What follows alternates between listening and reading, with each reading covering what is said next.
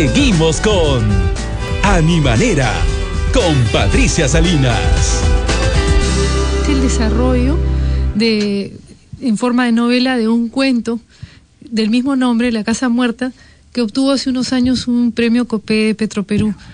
Yo durante mucho tiempo había estado pensando en desarrollarlo, en extenderlo. Me parecía que valía la pena ahondar más, bucear un poco más en la historia, y que los personajes y la trama daban como para un desarrollo más profundo y más largo. Entonces me aventuré a hacer esto y estoy muy contenta. Lo he presentado en la Feria de Lima.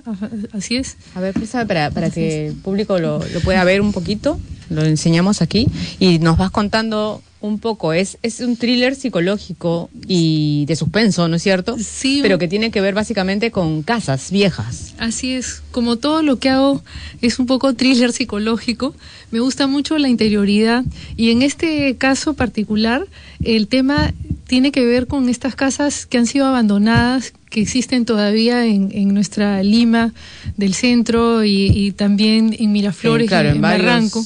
Miraflores, en Barranco. Sí, porque es un tema que me inquietaba mucho desde hace mucho tiempo, esta cosa de la conservación del patrimonio urbano, ¿no?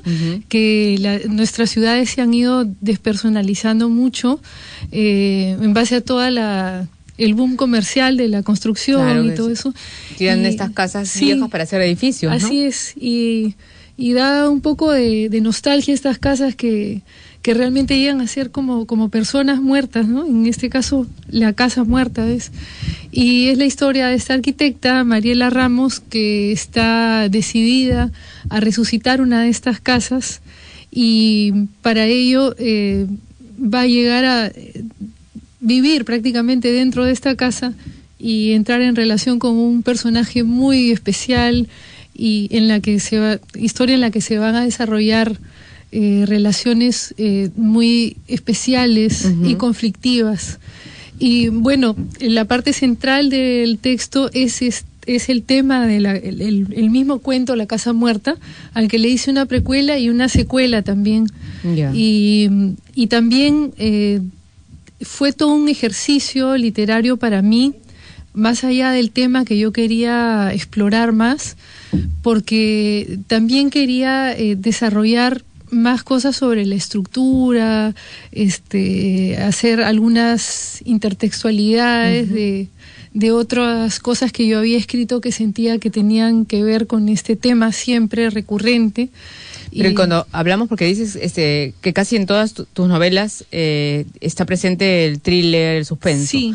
Cuando hablamos de thriller psicológico y cuando pensamos en las casas viejas, antiguas, uno se le da por pensar en fantasmas, pero no tiene que ver nada con fantasmas. Hay una atmósfera muy fantasmagórica que está relacionada con esa decadencia, esa decrepitud que tienen estas casas y que llaman mucho a imaginar, ¿no? Son escenarios muy particulares, ¿no? Que tienen una gran densidad, que mueven a describir la gran cantidad de detalles arquitectónicos que tienen dentro y fuera, estas hermosas estructuras que todavía resisten, algunas al menos. Y el tema de fondo, el que subyace, es esta lucha por preservar aún algo de la personalidad de nuestra ciudad. Pero y esta casa en especial, prácticamente a la que le dedicas el libro, sí existe, ¿no es cierto? Bueno, yo lo tomé en realidad, todas estas inquietudes de la casa de la niñez. De la casa donde tú viviste. Así es, una de las últimas casonas que quedan en Miraflores. Y es curioso porque a veces la gente piensa que los escritores escribimos necesariamente sobre algo que ha sucedido, pero es muy especial que a veces uno escriba sobre algo que aún no ha sucedido, y que sucede a partir de que uno escribe un texto, ¿no? Hay una magia ahí, una conexión entre la fantasía, la ficción y la realidad, y un poco así sucedió. Yo veía decaer mucho esta casona. Y después de que ya no vivías ahí. Así o sea, es, tú vivías, ¿hasta qué edad viviste ahí más o menos? Ya desde jovencita, pues me casé y salí de esa casa, y luego la fui viendo decaer. En los años 80, cuando todavía éramos pues chicos en esa época, ya venía un deterioro general de los barrios, ¿no? Con todo el tema del terror y la paranoia que se instauró. Y ahí yo noté que había un deterioro general, ¿no? Y luego, en particular, la casa por temas personales fue también entrando en un declive. Y luego, y siempre que pasabas por ahí claro, mirabas, sí, te daba curiosidad ver qué pasaba con la casa, si estaba habitada, si no. ¿Estaba habitada o se quedó deshabitada un buen tiempo? Estaba bastante deshabitada y lo curioso es que esas sensaciones que me hacía sentir que eran tan profundas y que dieron tantas vueltas en mi cabeza que hicieron que saliera todo este texto, al final son las mismas sensaciones calcadas que tiene la arquitecta.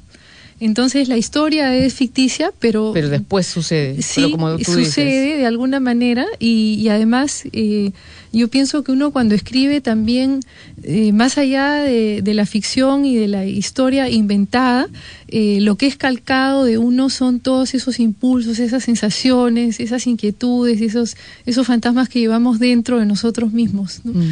Así que así es la historia de este texto y ha sido interesante hacer muchos ejercicios hasta lograr sacar esta novela, porque hay muchas formas de contar algo y hay muchas formas de armarlo también. Claro, porque podrías haber hecho una novela romántica también. ¿Por qué te inclinas a este género medio de suspenso?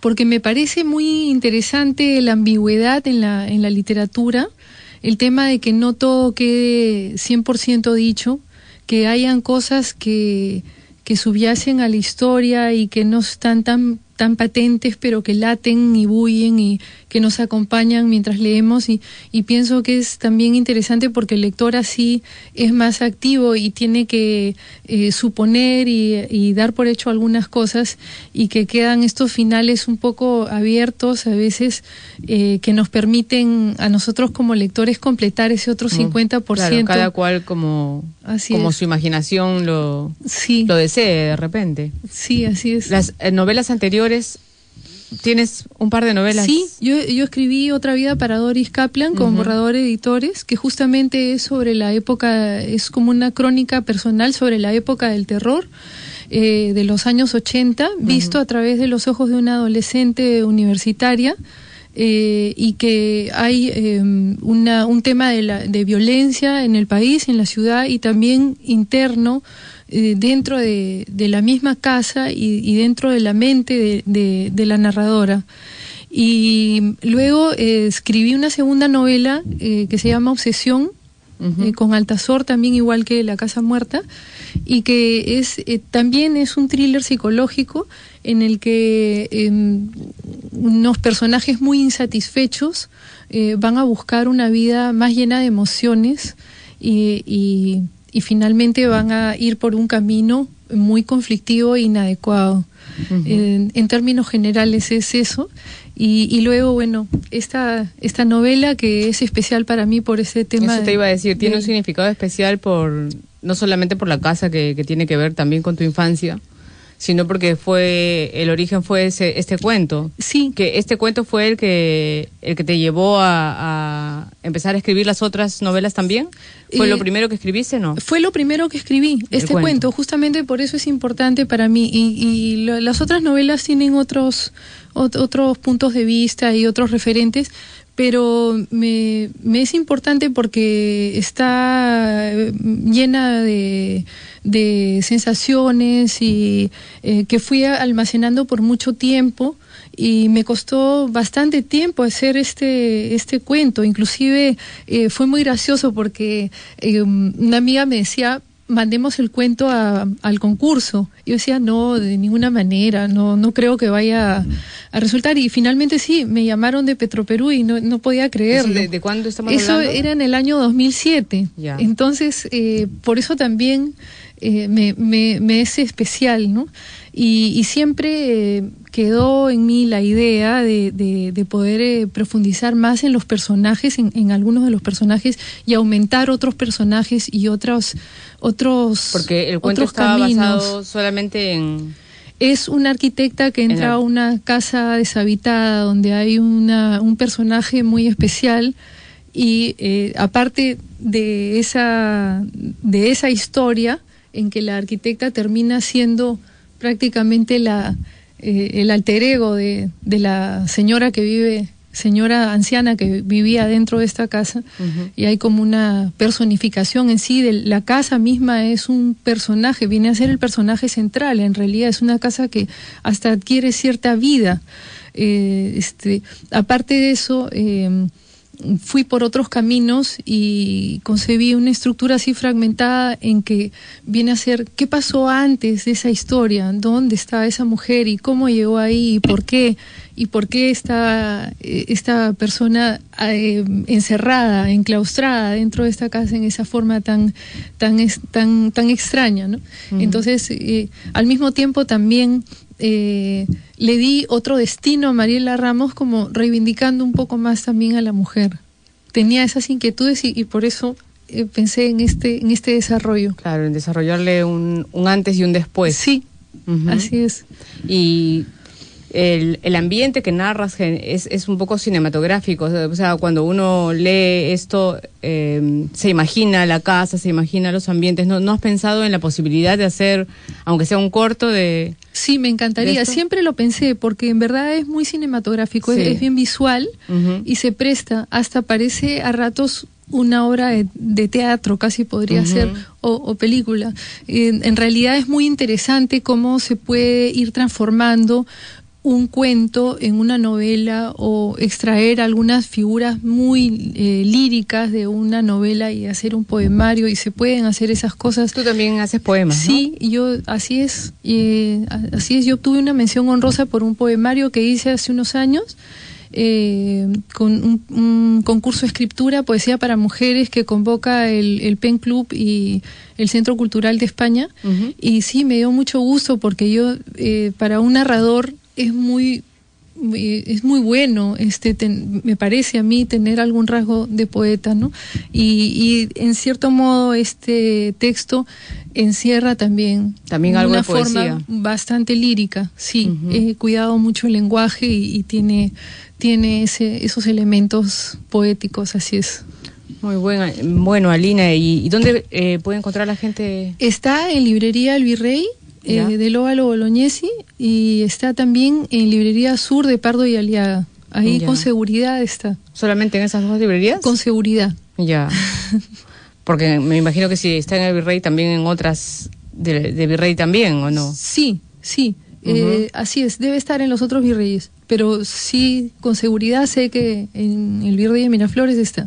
¿Y en la Feria del Libro qué tal fue la experiencia cuando lo presentaste? Es una experiencia maravillosa porque la feria en sí reúne a mucha gente interesada por la literatura de muy diversas edades y de muy diversos intereses, digamos, generales, y es muy bonito que haya anualmente esta reunión de la feria, porque permite llegar a mucho más gente y que también mucho más gente pueda acceder a la lectura, que creo que es algo tan importante porque nos abre mucho el panorama mental que tenemos, ¿no? Nos lleva a entender y a sentir mejor, sí. Entonces es algo que creo que tenemos que tener muy presente, ¿no? Bueno, mucha suerte, Alina. Muchísimas gracias. Gracias por estar acá. Gracias. Nosotros ahora vamos a escuchar el tema Mentira, Mentira, interpretado por Urpi, que después viene a